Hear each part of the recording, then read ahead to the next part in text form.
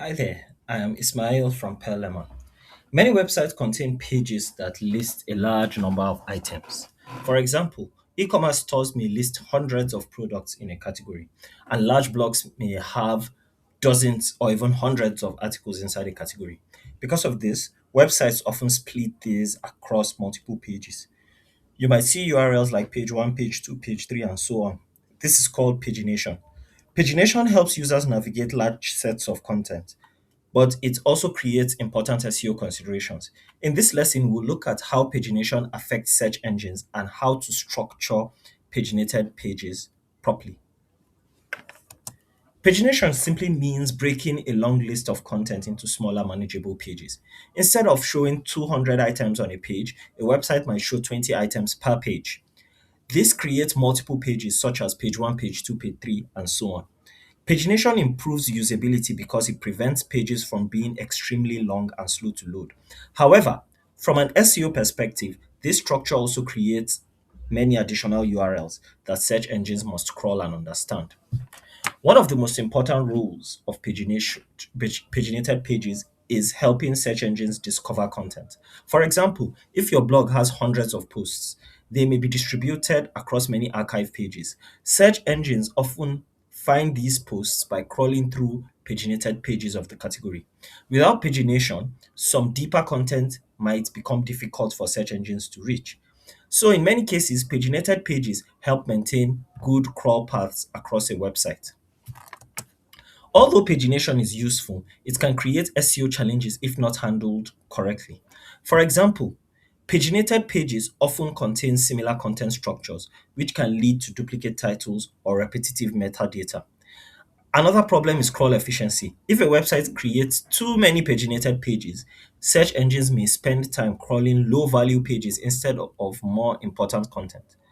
Additionally, if important pages appear very deep in the pagination structure, they may receive less internal link authority and may be harder for search engines to discover.